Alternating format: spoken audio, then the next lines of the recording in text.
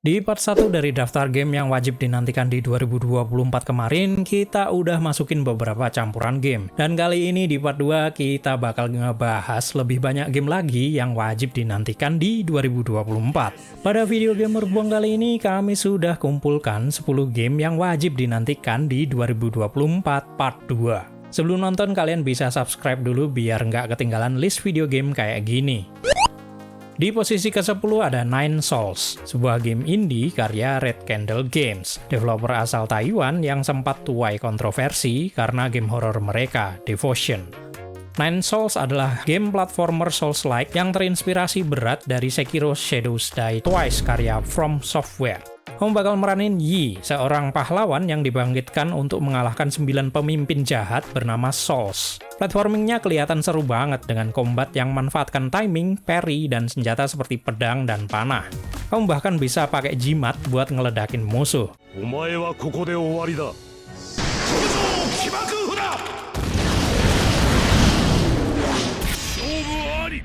Gamenya juga bakal ngehadirin puzzle sampai boss yang menarik. Belum jelas kapan gamenya bakal dirilis, tapi semoga mereka bisa menyelesaikan gamenya tahun ini. Penikmat Souls-like boleh nih masukin gamenya ke wishlist.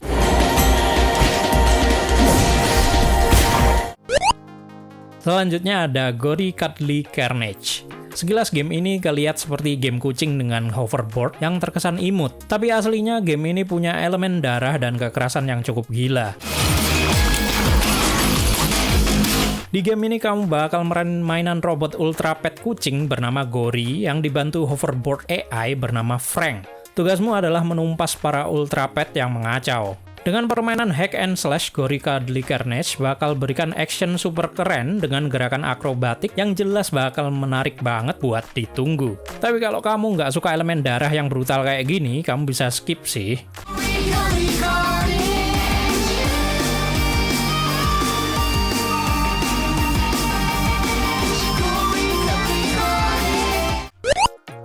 Selanjutnya adalah We Kill Monsters. Ini adalah game indie yang kayaknya bakal jadi walking simulator kalau dilihat dari trailernya. Gamenya ceritakan Host, sebuah homunculi yang dilempar ke sebuah tempat bernama Shell untuk memburu makhluk bernama Angel. Tujuannya adalah mencari primordial fluid, sebuah darah yang mengalir di dalam Shell agar kota tempat lahirnya, yakni Edinu, bisa bertahan hidup. Homunculi ini akan pergi ke Shell menggunakan Great Elevator yang hanya bisa dijalankan jika makhluk yang disebut Angel dibunuh.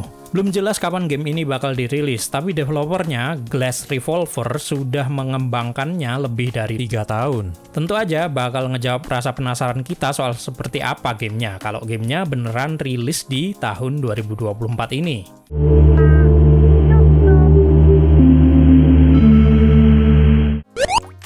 Di posisi ke-7 ada Pacific Drive. Pacific Drive adalah game survival kayak game pada umumnya. Bedanya adalah bahwa di sini kamu akan fokus pada mobilmu. Jadi kamu harus eksplorasi buat nyari bahan buat modifikasi mobilmu buat ngelewatin wilayah namanya Olympic Exclusion Zone. Kamu bakal diberi pengalaman ala montir buat modifikasi mobilmu. Jadi nggak asal tempel aja, tapi ada prosesnya. Tentu aja gimana cara buat bertahan hidup dan bahan apa aja yang bisa buat modifikasi mobil bakal bikin penasaran. Game ini bakal dirilis tanggal 22 Februari 2024 nanti.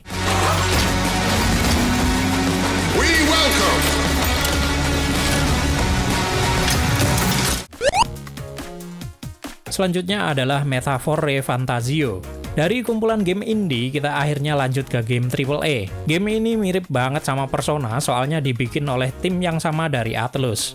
Dan karena mirip Persona, jelas setiap karakternya punya kekuatan mirip Persona. Kekuatan tersebut disebut dengan archetype yang tertanam di hati masing-masing individunya.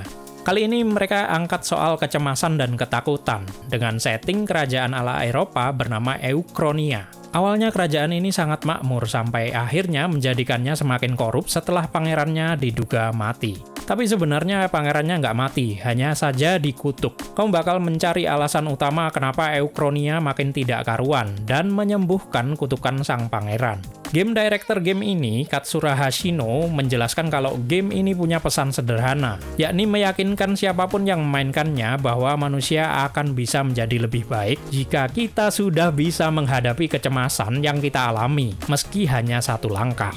Game ini rencananya bakal dirilis musim gugur 2024 nanti untuk PC dan konsol. 全ての始まりはあなたの持つ小説。幻想はただの絵空事なんかじゃない。 Dan yang kelima adalah Blue Protocol. Ini adalah MMORPG buatan Bandai Namco Online yang sebenarnya udah dirilis di Jepang. Amazon Games menunda versi berbahasa Inggrisnya buat tahun ini. Game ini nyeritain petualanganmu di planet Reknas dan membantu konflik yang terjadi. Sementara gameplaynya fokus ke action MMORPG dengan clash yang bisa dikatakan cukup unik. Kira-kira bakal seunik apa gamenya kalau dirilis versi Inggrisnya ya? Oh ya, karena laman Steam game ini diblokir di Indonesia, kamu bakal butuh VPN buat maininnya ntar. Tenang, gamenya gratis kok. 生き残る全員だ必ず貴公らの旅に幸運があらんことを。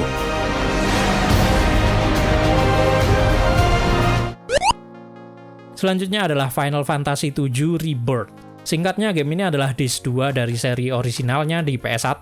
Bedanya, game ini bakal ngehadirin Zack Fair, tokoh utama dari Crisis Core Final Fantasy VII yang seharusnya mati di ending gamenya. Di seri ini kita bakal keluar ke world map dan bakal ngeliat gimana besarnya dunia open world yang disajikan.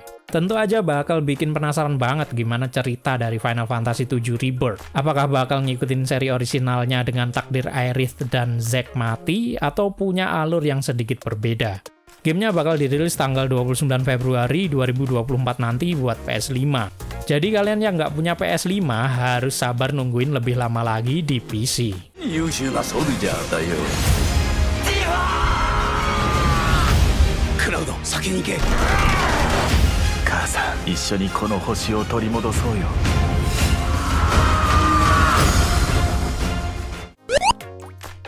Di posisi ketiga ada Like a Dragon Infinite Wealth. Game turn-based RPG ini bakal ngelanjutin cerita dari Kasuga Ichiban dan Kazuma Kiryu setelah 8 seri. Yap, bener banget, seri ini berlanjut ceritanya dari Yakuza 0 sampai Yakuza Like a Dragon. Kali ini settingnya di Hawaii dengan cerita Ichiban Kasuga yang mencari ibu kandungnya. Sementara Kiryu juga kebetulan mencari orang yang sama. Dan sama seperti game Yakuza pada umumnya, game ini bakal ngehadirin banyak elemen absurd dengan mini-game yang seru banget. Elemen parodi dan konten sampingannya juga banyak banget, terlepas dari mekanik turn-based RPG yang sudah diperbarui. Game ini bakal dirilis tanggal 26 Januari 2024 nanti untuk PC dan konsol.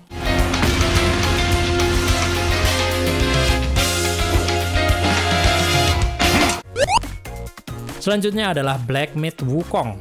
Game ini dibuat oleh Game Science, salah satu developer asal Cina yang nyoba buat game action Souls-like dari novel terkenal asal Cina, Journey to the West.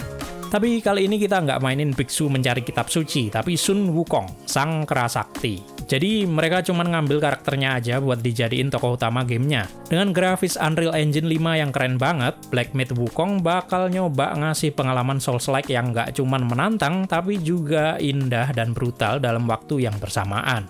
Di game ini kita bisa memainkan Sun Wukong yang nggak cuman sakti di ilmu bela diri, tapi juga bisa menggunakan sihir. Misalnya aja berubah bentuk menjadi binatang atau menggunakan klon. Dia juga bakal ditemani sang tongkat saktinya yang bisa berubah menjadi bentuk yang berbeda. Wukong akan dilengkapi 3 form unik, yakni Smash, Pillar, dan Thrust.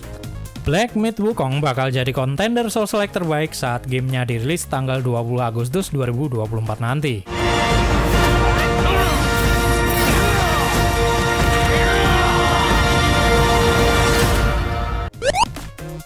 Dan yang terakhir adalah Eiyuden Chronicle 100 Heroes. Kalau kalian kangen banget sama Suikoden di era PS1, game ini wajib kalian tunggu.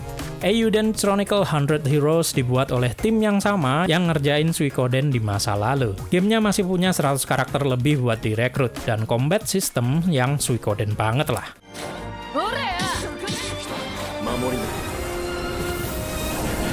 Bedanya, gamenya dikembangin di Unity Engine dan menggunakan tampilan grafis 2.5D dengan campuran 2D dan 3D. Kalau kalian demen banget sama game JRPG klasik di era PS1 dan PS2, jelas game ini wajib ditunggu. Eiyuden Chronicle 100 Heroes akan dirilis tanggal 23 April 2024 nanti di PC, PS4, PS5, Xbox One, Xbox Series, dan Nintendo Switch. ただお前らしくあればそれでいいさ。絶対にここを守る。みんなのためにも故郷のためにも。